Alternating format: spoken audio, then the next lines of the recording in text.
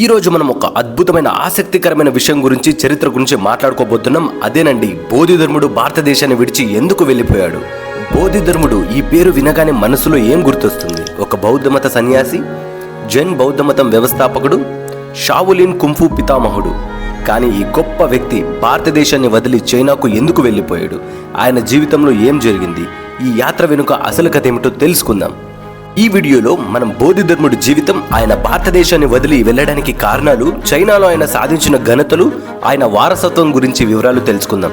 కాబట్టి ఈ వీడియోని లైక్ చేసి సబ్స్క్రైబ్ చేయండి, మాతో జాయిన్ అవ్వండి. ముందు బౌద్ధధర్ముడు ఎవరో తెలుసుకుందాం. బోధిధర్ముడు సుమారు 5 లేదా 6వ శతాబ్దంలో జన్మించిన ఒక బౌద్ధ సన్యాసి.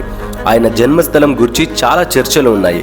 కానీ చాలా మంది చరిత్రకారులు ఆయన దక్షిణ భారతదేశంలోని కాంచీపురంలో పల్లవ రాజవంశంలో జన్మించాడని నమ్ముతారు. కొంతమంది లెజెండ్స్ ప్రకారం ఆయన పల్లవరాజు కుమారుడు లేదా ఒక బ్రాహ్మణ కుటుంబంలో జన్మించారని చాలా చర్చ ఉంది. ఆ కాలంలో కాంచీపురం ఒక గొప్ప బౌద్ధ కేంద్రంగా ఉండేది.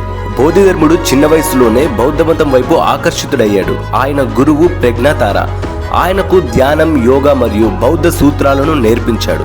బోధిధర్ముడు కేవలం పండితుడు మాత్రమే కాదు, ఒక గొప్ప యోగి మరియు మార్షల్ ఆర్టిస్ట్ కూడా. అవును, ఆయన శారీరక శిక్షణ మరియు ఆధ్యాత్మిక శిక్షణ రెండిటిలోనూ సమతుల్యతను సాధించాడు. రెండిటిలోనూ తోపే అన్నమాట. కానీ ఇంత గొప్ప వ్యక్తి భారతదేశంలో ఎందుకు ఉండలేదు? ఆయన జీవితంలో ఏదో ఒక మలుపు జరిగింది. దానివల్ల ఆయన చైనాకు వెళ్ళాలని నిర్ణయించుకున్నాడు. ఆ కారణం ఏమిటో తెలుసుకోవాలంటే ఆ కాలంలో రాజకీయ, మతపరమైన పరిస్థితులను మనం అర్థం చేసుకోవాలి. 5వ 6వ శతాబ్దంలో భారతదేశంలో బౌద్ధమతం ఒక కీలకమైన దశలో ఉంది. గుప్త సామ్రాజ్యం ఉత్తర భారతదేశంలో బౌద్ధ మతానికి మద్దతు ఇచ్చింది. కానీ అదే సమయంలో హిందూ మతం బలపడుతూ ఉంది. దక్షిణ భారతదేశంలో పల్లవ, చోళ, చాళుక్య రాజవంశాలు శైవం, వైష్ణవం వైపు మొగ్గు చూపాయి. బౌద్ధ విహారాలు క్రమంగా తమ ప్రాముఖ్యతను కోల్పోతూ ఉన్నాయి. అదే సమయంలో బౌద్ధ మతంలో కూడా అంతర్గత సమస్యలు ఉన్నాయి. కొంతమంది సన్యాసులు ధ్యానం, ఆధ్యాత్మిక కంటే రాజకీయాలు, ఆడంబరాల వైపు మొగ్గు చూపారు. బోధిధర్ముడు ఈ పరిస్థితిని చూసి బౌద్ధమతం తన అసలు స్వరూపాన్ని కోల్పోతుందని భావించాడు. అంతేకాదు, ఆ కాలంలో భారతదేశం నుండి చైనాకు సముద్ర, భూమార్గాల ద్వారా వాణిజ్యం, సాంస్కృతిక మార్పిడి జరుగుతూ ఉంది. చైనాలో బౌద్ధమతం వేగంగా వ్యాప్తి చెందుతుంది మరియు అక్కడ చక్రవర్తులు భారతదేశం నుండి బౌద్ధ గురువులను ఆహ్వానిస్తున్నారు. బోధిధర్ముడు ఈ అవకాశాన్ని చూసి బౌద్ధమతం దాని అసలు రూపంలో పరిరక్షించడానికి దాన్ని చైనాకు తీసుకెళ్లాలని నిర్ణయించుకున్నాడని చరిత్రకారులు చెబుతారు.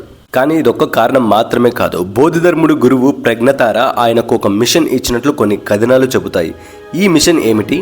ఇది తెలియాలంటే ఆయన చైనా యాత్ర గురించి మనం ఖచ్చితంగా తెలుసుకుని తీరాలి. బోధిధర్ముడు భారతదేశాన్ని విడిచి సముద్ర మార్గం ద్వారా చైనాకు వెళ్ళాడు. ఈ యాత్ర సులభం కాదు ఫ్రెండ్స్. ఆ కాలంలో సముద్రంలో ఓడలు, తుఫానులు, దొంగలు ఇవన్నీ ఎదుర్కొని ఆయన చైనాలోని గ్వాంగ్జౌ ఓడరేవుకు చేరుకున్నాడు.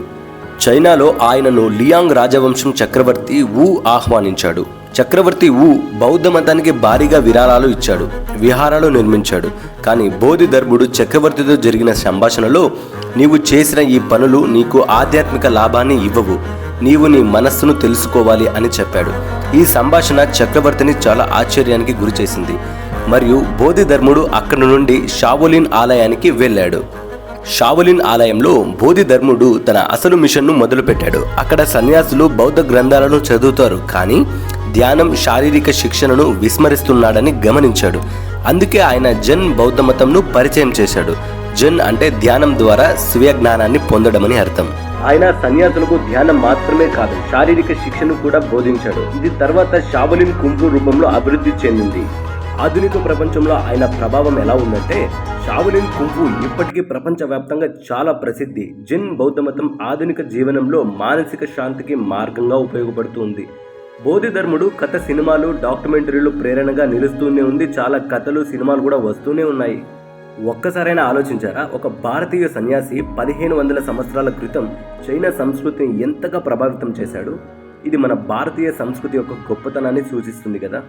బోధిధర్ముడు కథ ఒక సాధారణమైన సన్యాసి కథ కాదు. ఇది ఒక వ్యక్తి తన జ్ఞానాన్ని ప్రపంచంతో పంచుకోవడానికి సముద్రాలు దాటిన స్ఫూర్తిదాయకమైన ఒక జర్నీ. ఆయన భారతదేశాన్ని వదిలిన మన సంస్కృతిని, మన జ్ఞానాన్ని చైనాకు, అక్కడ నుండి ప్రపంచానికి చేర్చాడు. Please like this video. ఇలాంటి కథలు చాలా చెప్తాను. సబ్స్క్రైబ్.